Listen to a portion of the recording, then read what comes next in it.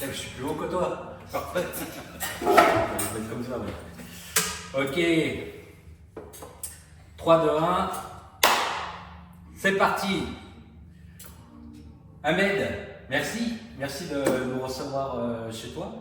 On est très heureux d'être chez Sisao, qui est une maison vaudoise qui représente le chocolat suisse et puis qui est installée à Bursin, dans le canton de Vaud, depuis maintenant 2013, qui est une vraie histoire totalement unique. Tu démarres ta vie dans le chocolat. Je suis pas né dans une cabosse de cacao, mais presque. Mais presque, ok. J'avais 16 ans. Tu avais 16 ans, donc tu démarres en fait ta vie en pâtisserie, hein, c'est ça, à la confiserie Saint-Pierre en 1989. Donc hein, ça ne nous rajeunit pas tout ça. Et puis tu passes à l'auberge du raisin, à Cuilly, qui est un établissement très très réputé. Et puis en fait tu as soif de curiosité, de voir un petit peu de tout ce qui se passe dans le monde. Et puis donc du coup tu décides de te former en marketing. Donc tu passes de la chocolaterie, pâtisserie au marketing, au management, et puis tout d'un coup tu te dis j'ai envie de m'essayer à l'entrepreneuriat, je vais créer mon premier cash converteur. Hein, on a vu on off un peu la discussion là-dessus, mais de Suisse romande, puisque c'était déjà une marque qui existait, mais tu as démarré ton entrepreneuriat en fait avec cette expérience-là, qui est assez incroyable, tu nous en parleras un peu plus tard. Et avant de revenir dans le chocolat, qui est vraiment ta passion de base en fait. Donc en 2013, tu crées Sisao, cette splendide marque de chocolat. Chocolat quand même qui reste haut de gamme, mais avec une vision qui est très claire en fait, que tu désires offrir en fait à tes clients. Et puis dans le seul objectif de sublimer en fait le cacao, puisque là tu vas y apporter une idée claire, tu ne veux pas mettre de lactose et tu ne veux pas apporter de sucre ajouté. Donc ça c'est un non négociable dans ton cahier des charges. Et puis tu veux privilégier vraiment les arômes, la lenteur en bouche, le goût, les intensités, la pureté quoi, en fait. Hein. Voilà, donc Sisao c'est aussi 15 couleurs, vraiment avec une identité forte, c'est assez incroyable quand on le regarde d'ailleurs. On a l'impression d'avoir une boîte à bijoux, c'est tellement beau. C'est un univers en fait hein, qui travaille vraiment sur les émotions. Tu as le chocolat qui est ancré dans ta tradition en fait, et puis dans celle de la Suisse évidemment, mais tu es ouvert aux sensibilités qui sont modernes, donc notamment la durabilité et des marchés équitables. Hein, donc aujourd'hui, ta marque elle rayonne notamment en tant que fournisseur sous label local pour Manor, et puis tu deviens une vraie référence artisanale sur la côte dans ton atelier boutique où on se trouve aujourd'hui, qui est à Bursin, dans le canton de Vaud, pas très loin de Rollin, c'est ça. Et d'ailleurs, je vous invite à venir, c'est magnifique. Donc tu es un créatif. Hein, on le voit, c'est haut en couleur, tu es un vrai entrepreneur, tu es un artisan aussi qui est très exigeant, et puis tu t'es donné comme mission vraiment de redonner vie au chocolat, au vrai, et puis pour que ça puisse parler en fait au sens de tout à chacun, et puis aussi au cœur et à l'imaginaire. Voilà. Donc merci beaucoup de nous recevoir chez toi, dans ton super atelier. Bienvenue dans le vidéocast signature. Et puis on va commencer avec une question qui est toute simple. Qu'est-ce que ça veut dire Sisao? Alors, Sisao est l'anacyclique de l'Oasis. Ça, on peut le dire dans notre sens, si on le lit de droite à gauche. C'était l'idée première de la création de Sisao, c'était de créer une oasis. Et dans cette oasis, qui n'est pas forcément au milieu du désert, parce qu'on associe souvent l'oasis au palmier et au désert, c'est un lieu où on se sent bien, c'est un lieu de partage, c'est un lieu de rencontre, de convergence de culture. Et c'est de créer comme ça du lien à travers ce symbole. Et évidemment, je ne pouvais pas l'appeler l'Oasis, il y a déjà une boisson sous cette pour le clin d'œil. Mais la réalisation du logo était faite pour qu'on ne puisse pas le percevoir ou le lire dans un premier temps. Et c'est souvent la première question. Donc, voilà. Magnifique. Donc aujourd'hui, dans ta priorité de tes objectifs en fait et les moments pour Sisao? T'es sur quel projet en fait? Aujourd'hui, je suis sur le projet de faire vivre cette marque. C'est une question de temps, de durée, et c'est des séquences qui sont assez longues, que de créer de la valeur à travers une marque et de la manière dont ça a été ancré. Donc l'actualité, si on peut parler d'actualité aujourd'hui, c'est comme des phases, comme des paliers. Si ça a été créé en 2013, on est en 2025, il y a eu pas mal de différents paliers qui ont été franchis, on peut dire ça comme ça, c'est une exploration. Et aujourd'hui, c'est de faire briller, rayonner toute la valeur créée, parce que ça prend du temps de créer de la valeur et de la singularité sans forcément vouloir de la rentabilité immédiate. C'est tenir dans le temps. Et puis aujourd'hui, on est à une étape clé qui est celle d'avoir plus de visibilité, plus de lumière, mais sans travestir nos valeurs. L'idée, c'est pas de se vendre à tout prix et de faire n'importe quoi pour que ça aille vite, mais c'est de s'engager sur un chemin de développement pour que les gens sachent que Sisao est un lieu formidable. Ce sont nos clients qui le disent quand ils le viennent et qui sont assez surpris de voir au milieu de l'environnement et en même temps on est entre Lausanne et Genève, hyper accessible, et puis des places de parc qui permettent d'y accéder, et puis d'avoir une immersion. C'est pas juste une boutique, c'est là où on produit notre chocolat, c'est là où on fait découvrir. D'ailleurs, quand on vient, on commence par sonner, tous les clients commencent par sonner à la porte, et puis on leur ouvre et on les accueille, et on leur fait goûter, on leur montre notre oasis, et ils se sentent assez bien. D'ailleurs, c'est la première chose que tu as dit, on s'y sent bien. Complètement, c'est vrai qu'ici, on arrive, on se sent accueilli, même s'il y a un peu ce côté Fort Knox de la chocolaterie, et j'ai trouvé ça plutôt hyper intéressant, parce que oui, ça veut dire qu'on est attendu, accueilli, et donc bien pris en charge en fait. Justement, tout à l'heure en off, tu parlais, on a parlé d'ancrage, savoir que tu as pendant 7 ans travaillé cette marque avant de vraiment te dire en 2013 je me lance, quoi. Donc tu as vraiment un fort ancrage, et aujourd'hui on imagine que effectivement cette marque toutes ses couleurs est vraiment presque à l'apogée, et puis elle mériterait d'être dans toutes les maisons. Alors ça c'est le qui le décide à la fin, mais pour revenir par rapport aux séquences, ça a été créé en 2013 et 7 ans pour le développement. Ça paraît un peu long comme ça de dire 7 ans pour développer, mais il y a un terme, il y a un mot en fait, que j'aime beaucoup, que j'ai découvert grâce à une fille qui s'appelle Céline, qui a ouvert à l'époque une librairie qui s'appelle Sérendipité. Il y a, je pense, une quinzaine d'années, peut-être bien, une quinzaine d'années. Et ce mot que je ne connaissais pas et je partage aujourd'hui de manière très régulière, c'est prendre un chemin sans vraiment savoir où tu vas aller et rencontrer quelque chose que tu n'as pas cherché. On le retrouve dans tes tablettes d'ailleurs. On le retrouve dans les pochettes. Dans les pochettes, pardon. Sur les pochettes. Voilà, donc c'était 7 ans en fait d'exploration, exploration à travers. Parce que voilà, créer une marque, c'est pas juste faire un logo. C'est d'ancrer dans quelque chose qui soit vrai, qui corresponde, parce que c'est comme ça que tu peux porter un projet sur sa longueur. Et j'avais pas prévu 7 ans de développement. C'était de se donner le temps pour pouvoir ancrer les valeurs dans un monde de chocolaté qui est sursaturé. Et pourquoi faire du chocolat un de plus? Et c'était pas l'idée, c'était vraiment d'ancrer, de faire le chemin peut-être inversé, au lieu de répondre à un besoin, c'est de créer à travers cette symbolique de l'oasis et de faire son chemin, de rencontres. Alors justement, qu'est-ce qui te donne cette énergie en fait en ce moment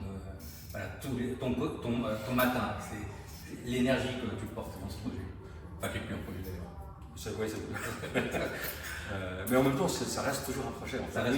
Parce qu'il y a ce que tu penses faire et qu'est-ce qui vient vers toi.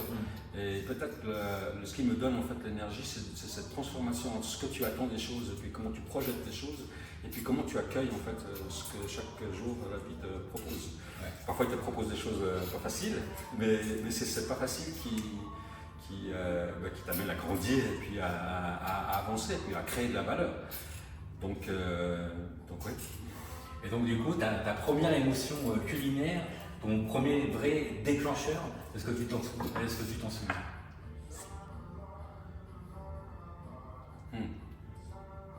On parle souvent de la Madeleine de Proust et puis des choses qu'on a eues enfant. Comme ça, qu'est-ce qui me vient à l'esprit? C'était pas du chocolat parce que je suis né en Algérie et il n'y avait pas de chocolat à cette époque-là. Okay. Et c'était quelque chose de très rare d'ailleurs. Ma première émotion culinaire, si elle vient comme ça spontanément, j'étais petit, on était sur un marché avec mon père et puis j'ai vu des bananes. Il y avait des bananes, c'était des mini bananes au marché. Et j'avais très envie en fait de goûter. C'était un produit de luxe. Je ne pouvais pas en fait accéder aux bananes en fait. Et j'ai gardé ces souvenirs-là en fait. Comment quelque chose qui peut paraître complètement anodin, une banane sur une table. Oui, parce qu'en plus l'Algérie, je crois que c'était quand même un pays où il y avait beaucoup de fruits. Non, pas la banane. Non. Pas la banane. Non. C'est un pays méditerranéen. Plutôt les agrumes. Plutôt les agrumes et les aliments. Donc la banane. Ok. Je m'attendais pas trop à partager ça. Non, ça m'a mis maintenant. C'est une super anecdote d'ailleurs. Et du coup, qu'est-ce que tu as appris la pâtisserie, la chocolaterie, la gastronomie dans son ensemble? Écoute, j'ai commencé ce métier, je dirais pas par hasard, mais presque. Okay. J'étais dans les années 90, dans le mouvement hip-hop lausannois. Et évidemment, notre mec, c'était d'aller à New York. Et avec mon meilleur ami, on avait 16 ans à l'époque, un peu moins, on souhaitait partir à New York. En fait, et donc mes parents m'ont dit, ok, tu vas arrêter l'école, partir à New York, mais tu fais un apprentissage. Quelque chose. Voilà. Et puis donc j'ai fait des tests psychotechniques pour savoir dans quelle orientation aller. Et il y avait deux métiers, il y avait assistant social et confiseur, pâtissier, chocolatier, glacier. Je confirme, j'ai goûté, tu as choisi la bonne voie. Écoute, je sais pas, mais en tout cas, ça m'a permis, de commencer un apprentissage, d'aller à New York, parce que je suis parti pendant un mois seul, à 16 ans. Et puis ce métier, qu'est-ce qu'il a apporté? Il a apporté beaucoup d'enseignements à remonter de ces métiers de bouche sont des métiers qui donnent beaucoup de compétences transférables. La gestion, c'est des métiers qui sont difficiles. La persévérance, ça demande de la créativité, de l'organisation, de travail en équipe. Donc c'est toute une palette en fait très riche de compétences. Et d'ailleurs c'est quelque chose qui est souvent revenu dans différents développements professionnels. C'était toujours le métier de bouche, ce sont des personnes qui ont des compétences qui sont très larges. Ouais, la résilience, la résistance, les langues, la connaissance aussi, parce qu'en fait, c'est parce qu'on est dans le chocolat qu'on connaît que le chocolat, on connaît le vin, on connaît la gastronomie, on connaît beaucoup de choses. Donc c'est vrai que c'est des métiers où les soft skills sont très importants, mais les hard skills, il y en a aussi pas mal. Ok, et donc aujourd'hui, comment tu regardes l'artisanat dans sa globalité en Suisse, avec les tendances, les risques qui peuvent y être apportés? Alors, de manière très large, l'artisanat, chaque métier d'artisan a sa spécificité, ça encadre dans les métiers de bouche. Ce que je peux vraiment le percevoir, c'est qu'entre les années 90 et aujourd'hui, c'est une valorisation des métiers de bouche et aussi de l'artisanat. Et on retrouve plein de profils assez étonnants, des anciens banquiers, des gens qui étaient à un niveau universitaire, où à l'époque on les regardait en disant eux ils ont fait des études ou pas. Aujourd'hui, en fait, l'artisanat regroupe beaucoup de personnes issues de différents univers. L'artisanat, dans notre domaine, c'est un métier. Qu'est-ce que ça veut dire artisan? C'est faire de ses mains et ça demande des compétences. C'est pour la cuisine, la boulangerie, pour la confiserie, pour la menuiserie. On s'improvise pas. En fait. Artisan, c'est du travail, c'est une répétition du geste, c'est un apprentissage de la technique. Peut-être dans la restauration, l'hôtellerie, je ne suis pas issu de la restauration, mais j'ai eu travaillé avec l'Auberge du Raisin, j'ai vu aussi des métiers. Et je pense qu'on peut même aussi se fourvoie en fait on nous fait un restaurant comme ça en fait. Ouais, c'est pas juste pour accueillir des amis, pour faire la fête. C'est des métiers qui sont extrêmement exigeants et qui demandent beaucoup de discipline. je pense. D'ailleurs, on salue nos amis restaurateurs aussi, Oui. qui aujourd'hui sont aussi dans une période de complications, mais bon, voilà, il y a le bon à venir pour tout le monde. Donc aujourd'hui, du coup, quand tu observes, on discutait avec ton collaborateur tout à l'heure, quand tu observes justement les nouvelles générations qui arrivent, qu'est-ce que tu en penses en fait quand tu les vois dans ton atelier évoluer? Souvent, je me dis, faut pas tomber dans le panneau du vieux con. Tu sais, c'est mieux avant. Super. Hein, c'était meilleur, on était mieux avant, C'était mieux on était avant. plus que ceci. D'ailleurs, j'ai eu une discussion avec mon collaborateur qui s'appelle Valentin, il a 22 ans. C'est un garçon formidable qui a déjà un joli parcours à son âge. Il a fait un apprentissage de confiseur, pâtissier, glacier, aussi boulanger. Il a du CFC. Il faut savoir que le métier de chocolatier, c'est pas un métier en Suisse donc on a un apprentissage de confiseur, pâtissier. Et ensuite, on se fait une spécialisation. Donc, si on veut se rentrer dans la pâtisserie, ou dans la chocolaterie, et ça c'est encore une démarche supplémentaire. Donc, il a 22 ans, il a une très bonne formation, il est mu par une passion, et ça, je pense que c'est essentiel, c'est le feu. C'est le feu qu'il faut couver en fait, tout le long, et c'est pas le plus facile, parce qu'il peut y avoir plein de raisons qui font qu'on n'a plus justement l'âme, ou l'envie, ou le feu. On dit d'ailleurs, j'ai plus le feu. Ben, c'est comment en fait garder ce feu bien précieux et puis aussi d'accepter aussi qu'il peut être plus ou moins intense selon les périodes. Donc il a envie, il a une très bonne formation, il a été une bonne éducation. Mine de rien, c'est un vachement important là, avec les valeurs de travail, de ponctualité, des choses de base qu'on attend. Et peut-être certains diraient ouais mais les jeunes aujourd'hui ils sont plus à l'heure, blablabla. Bon, alors on pourrait s'enfermer là-dedans, donc dire comment on peut faire pour dans nos métiers qui demandent quand même pas mal de discipline, voilà, et comment on peut créer en fait des situations qui permettent aux jeunes de pouvoir se plaire. En fait. Tout à l'heure, en off, on a pas mal discuté, et puis tu parles beaucoup d'ancrage et de feu. Oui. Donc du coup, justement, ton collaborateur, est-ce que c'est pas toi qui lui a donné justement plus qu'un poste de travail, mais plutôt un projet, une vision? Alors, j'ai quelques années d'expérience de management, même hors, j'ai eu d'autres activités où j'ai beaucoup de collaborateurs. C'est, je pense, la chose la plus difficile. La plus difficile parce que ça concerne l'humain. Donc il n'y a pas de juste ou de faux, c'est un chemin tous les jours. Et puis c'est aussi changeant parce que l'humain change avec l'âge, change avec ce qu'il vit. Et j'ai absolument rien d'acquis, je fais le mieux. Et peut-être que ce qui pourrait surprendre, c'est que je prends du temps pour communiquer. D'accompagner, et de parler. Et de parler, d'essayer d'être le plus ouvert en fait. Voilà, ce serait faux de dire que je suis toujours comme ci ou toujours comme ça. Il y a des jours, j'ai moins envie de. Voilà. Mais la communication, ça a l'air d'être un peu un bateau, mais c'est essentiel. Et puis qu'il y ait la confiance, et puis une confiance réciproque. Et puis en tant que patron, on a aussi besoin aussi de sentir aussi d'ouverture, et puis qu'on puisse échanger. Je veux dire, il y a pas. J'aime pas les positions en fait de rapport de force. Donc comme je n'aime pas cette manière en fait de vouloir, parce que je suis patron que il n'y a pas de ça. On a des problématiques, on a des choses merveilleuses à vivre, on est dans le même bateau, mais avec quoi, on a des responsabilités qui sont différentes. On devrait monter une académie pour ça. Parce qu'il y a l'apprentissage à faire. Donc justement... et on apprend toute sa vie. Je ne peux pas dire que je sais. Bien sûr. Et justement, donc, par rapport à tout ça, tes valeurs non négociables aujourd'hui, chez toi? Le respect. Je vais dire la confiance. La confiance, c'est comme la restauration. En fait. Tu ne peux pas dire, parce que j'ai fait un service du midi impeccable, le soir il va être impeccable. Chaque service est unique. Mais je pense que la confiance, elle se travaille à deux.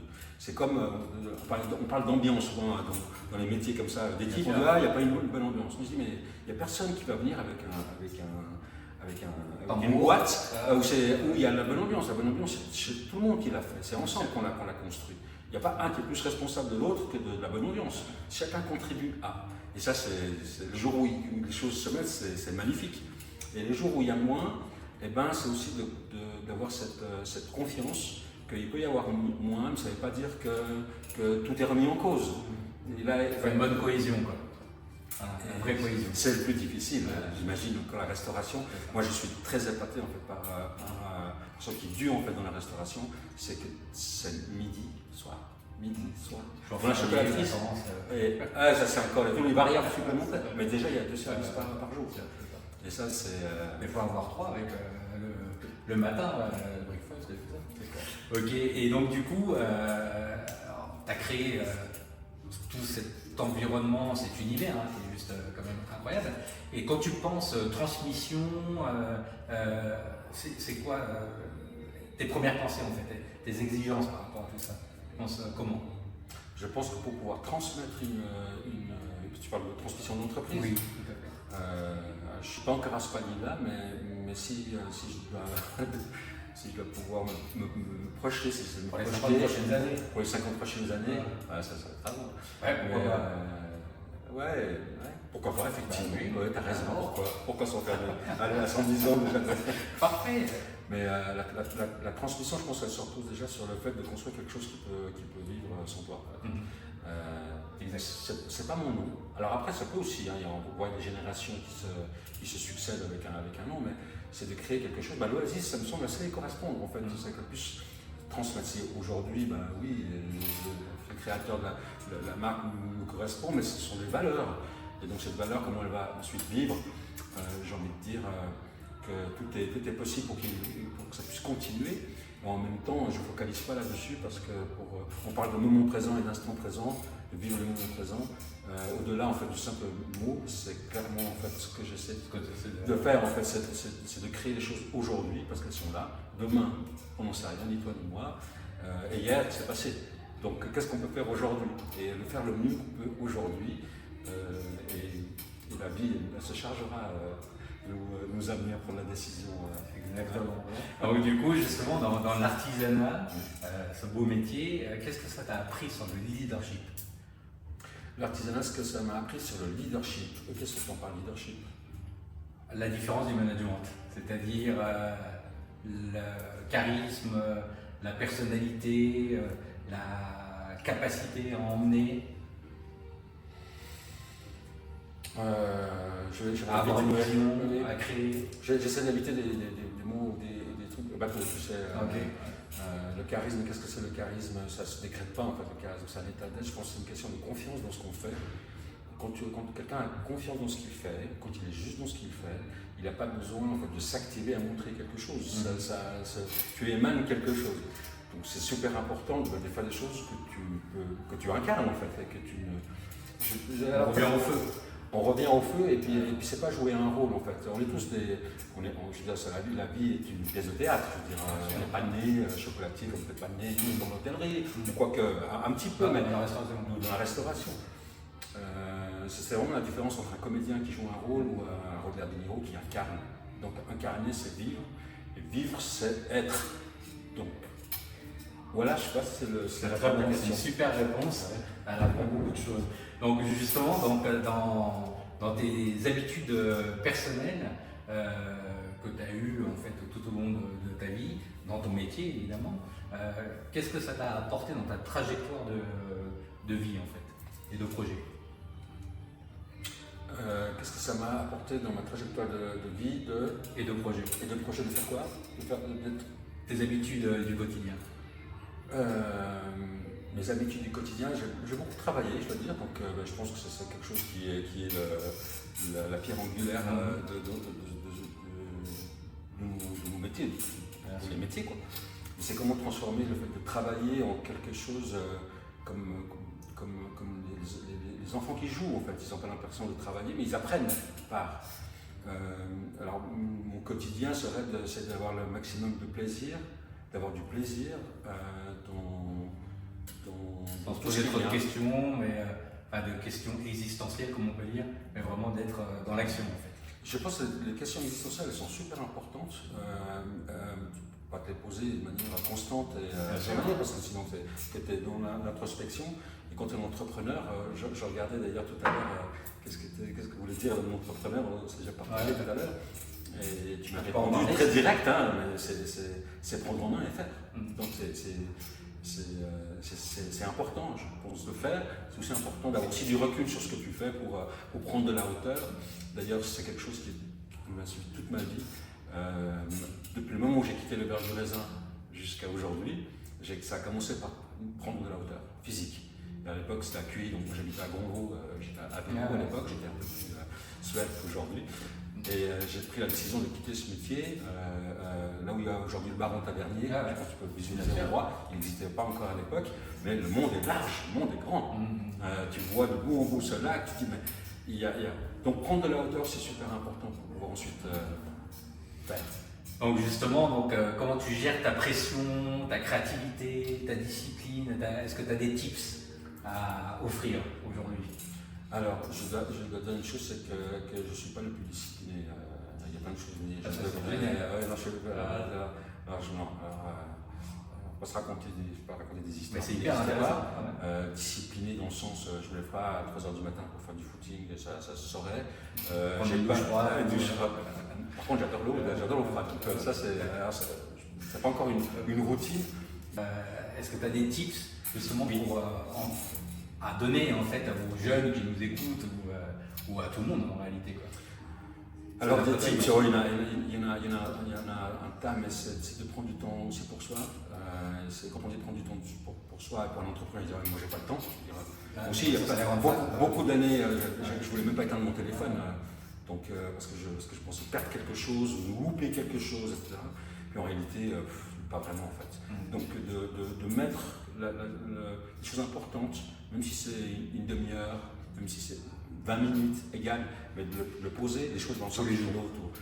Et alors je dirais ça, je ne le faisais pas quand j'avais 25 ans, parce que je suis entrepreneur depuis pas mal de temps. Est-ce que justement, avec le recul, est-ce que tu te dis même à 25 ans, on peut le faire? En fait, bien sûr qu'on peut le faire. C'est de faire du bien, c'est de s'ancrer, d'être le plus au contact de la nature. C'est-à-dire, il y a toujours un petit coin d'air, un petit coin de forêt, un petit coin en fait, où tu peux t'ancrer, enlever les chaussures et puis marcher dans l'air par exemple. Ça a l'air un peu perché, mais tellement pas. On est fait pour marcher avec nos plantes de pied. Et on sait tous que nos plantes de pied, il y a énormément de points d'acupuncture, etc. Je ne sais pas d'acupuncture, mais de pression, on peut soigner des maux, mais de marcher dans l'herbe et de s'ancrer 20 minutes. C'est magnifique, tu parlais d'eau froide, la même chose, de se mettre dans un bain d'eau froide, il n'y a pas besoin qu'elle soit glacée, mais tu ressors, ça te rend vivant. Donc s'occuper de soi, c'est vraiment le plus grand tips, et je ne l'ai pas fait pendant de nombreuses années, j'en ai aussi des conséquences de ça. Tu dis physique ou mental? Les deux sont bien, bien sûr, si tu n'es pas bien dans ton corps. Donc d'après toi, aujourd'hui, le plus gros mythe dans l'univers de l'artisanat à l'encontre des chocolatiers ou des artisans entrepreneurs, ça pourrait être lequel? C'est souvent on dit, par exemple dans la restauration, on a toujours dit les restaurateurs ils sont riches. Tu vois, donc ça c'est un mythe, parce qu'en réalité un restaurateur, oui, il est riche de plein de choses, sauf comme on l'entend, tu vois. Donc pour toi, ça serait quoi le mythe dans l'univers de la chocolaterie, du chocolatier? C'est une question, je n'ai pas forcément de réponse comme ça, parce que le mythe, je ne sais pas qu'est-ce qu'il y a comme mythe autour du chocolatier. Moi, je rencontre beaucoup de gens à travers Cissao, à Est Oasis, et de différentes cultures, de différents mondes. Il pourrait y avoir un mythe, mais c'est la question peut-être de prix, quand on sort du monde du chocolat, ou le mot chocolat. C'est comme le mot du pain. Tu vois, on parle de boulanger, dernièrement il y a des choses qui reviennent, c'est sur le prix du pain. Donc c'est clair que le chocolat, il y a aussi des mondes de différence entre l'industrie et l'artisanat. Et ceux qui n'ont pas forcément eu contact avec l'artisanat du chocolat, la valeur, on s'appelle de cacao, avec que le prix peut un peu interloquer. Mais c'est ça en fait, le travail de l'artisan, c'est d'accompagner en fait ses créations, sans justifier ses prix, parce qu'il n'y a pas besoin de justifier, mais en tous les cas, de faire goûter et puis d'apporter de la connaissance. Parce que je pense que quand on est informé et quand on apprend et quand on voit, on se rend compte, et quand on se rend compte, on intègre, ça me semble. Puis alors, s'il y aurait un mythe, peut-être c'est celui-là, et ceux qui ont ce mythe-là, je vous invite à venir et à casser le mythe de cette... Génial, c'est hyper intéressant. Et du coup, dans ton moment, enfin dans ta vie entrepreneuriale, c'est à quel moment où vraiment tu t'es dit, bon ben là maintenant je suis seul, je dois tout décider seul, et comment tu l'as ressenti cette solitude? Alors, ce que je pense profondément, c'est qu'on prend toujours ses décisions seul. Parce que quand tu prends ta décision seul, tu supportes aussi les conséquences de ça. Tu n'associes pas en fait ta décision et tu ne dilues pas la responsabilité. Par contre, se tenir informé et le partager, c'est essentiel. C'est important d'avoir des bonnes rencontres. J'ai eu des bonnes rencontres dans ma vie et tu ne le sais pas forcément. À l'époque quand j'étais jeune, j'avais envie de rencontrer en fait, tu sais, comme ce jeune moine Shaolin qui apprend grâce à ce vieux qui lui apporte la connaissance. Je ne l'ai pas trouvé en une personne, je l'ai trouvé en beaucoup de personnes. Je me suis rendu compte après, c'est pouvoir être accompagné à différentes phases et d'avoir des rencontres qui te font grandir, qui te font voir des choses différemment. Et jusqu'à aujourd'hui, avant de prendre une décision, je ne la prends pas en secret dans mon coin. Je partage très volontiers avec des personnes que j'estime pour leurs compétences et puis pas forcément me caresser dans le sens du poil. J'aime bien la contradiction. Dans la contradiction, pas pour se mousser et montrer que je sais à ta place, c'est pas ça. La contradiction, c'est d'amener en fait d'autres angles de lumière. C'est un petit peu comme ici, on voit les lumières qui sont là, que moi je les vois, et peut-être là où tu te positionnes, tu vois un autre endroit où il pourrait y avoir, tu me l'indiques, il y a une lumière supplémentaire qui vient m'amener un élément supplémentaire pour prendre la décision. Et puis une fois que la décision on doit prendre, on la prend et on l'assume. Voilà. Ok, qu'est-ce qui t'a aidé à tenir justement? Si tu avais quelque chose qui te stimule justement pour tenir. Pour tenir, ce chemin il est incroyable, vraiment. Quand je dis incroyable, tu ne peux pas imaginer ce que ça a déclenché en fait comme rencontre, comme moment. Et quand tu l'observes, tu te dis mais c'est quand même génial. Le chocolat, j'adore ce produit pour ce qu'il est et pour ce qu'on peut en faire. Si je regarde vraiment le fond du fond, on a remis à une de tes premières questions, c'est comme un véhicule, en fait, c'est un véhicule de rencontre. Et j'aurais pu choisir de l'acide sulfurique, c'est moins que le chocolat, il y a quand même quelque chose de magique, et puis c'est vrai que c'est un produit qui est magique, puis qui permet d'aller à la rencontre de plein de mondes différents. Aujourd'hui, on est ensemble à Bursin à travers le chocolat, mais c'est découvrir de manière aussi plus large. Le chocolat peut accompagner l'art, la musique, d'autres mondes. C'est quelque chose de partage. Et c'est ça qu'on aime. Je pense que dans la restauration, on ne mange pas juste pour se nourrir. On se nourrit, alors se nourrir de manière plus large. Plus large, bien sûr. Ouais, tout à fait.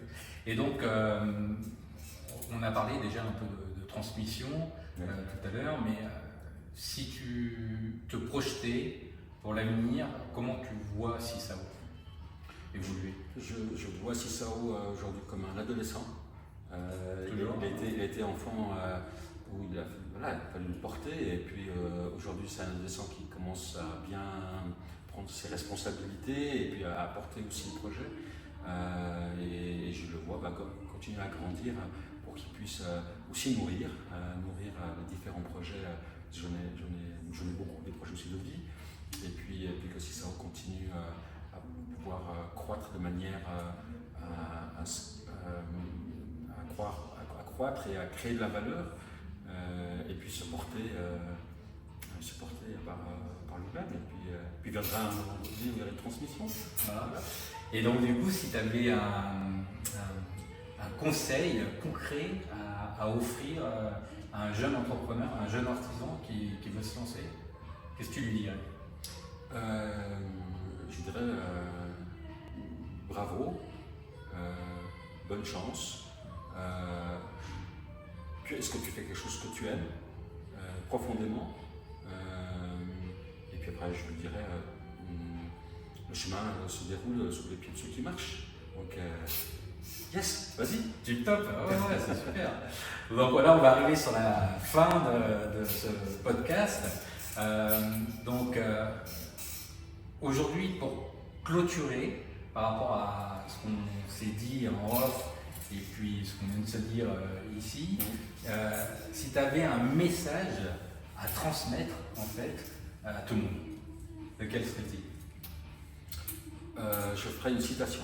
Il y a une citation Okay. qui est en bas des escaliers de la chocolaterie que j'ai souhaité que l'on puisse le lire à la fin de la visite. C'est une citation de Maya Angelou, qui est une écrivaine nord-américaine des années 60. Et c'est une carte que j'ai reçue, tu vois, il y a toujours des questions de partage, il y a je pense une quinzaine d'années. Et elle disait, les gens oublieront ce que tu as dit, ils oublieront ce que tu as fait, mais ils n'oublieront jamais ce que tu leur as fait ressentir. Et je pense qu'on peut l'amener à travers nos vies, nos différents métiers, parce que c'est ça qui restera. Et si ça peut être un mantra, voilà, ce serait bien. Super, merci beaucoup Ahmed, merci beaucoup de nous avoir reçus dans ta chocolaterie, ta boutique chocolaterie chez Sisao, que je vous recommande vivement de visiter sur rendez-vous ou sur appel, on peut venir directement comme ça. Du mardi au samedi, du mardi au samedi. 10h à 18h et le samedi jusqu'à 16h30. Voilà, alors je vous assure, venez découvrir toutes ces pochettes chocolatées, c'est incroyable. Et puis Ahmed était vraiment une top personne, j'étais ravi de faire ce podcast avec toi. Vous pouvez nous suivre sur Apple Music, sur YouTube évidemment, Spotify. Je vous remercie tous, n'hésitez pas à mettre des likes, à partager, mettre des commentaires, à suivre Ahmed également et Sisao sur Instagram, sur LinkedIn, et puis à encourager ces parcours d'artisanat qui sont juste incroyables. Merci, bravo et bonne fête parce qu'on arrive bientôt à Noël. Ah oui, ça arrive. Et voilà. Merci beaucoup Ahmed. Merci. Tiens. Merci. Merci. Ça a été Parfait. Ouais. Oui. T'étais super. Eh ben, réciproque.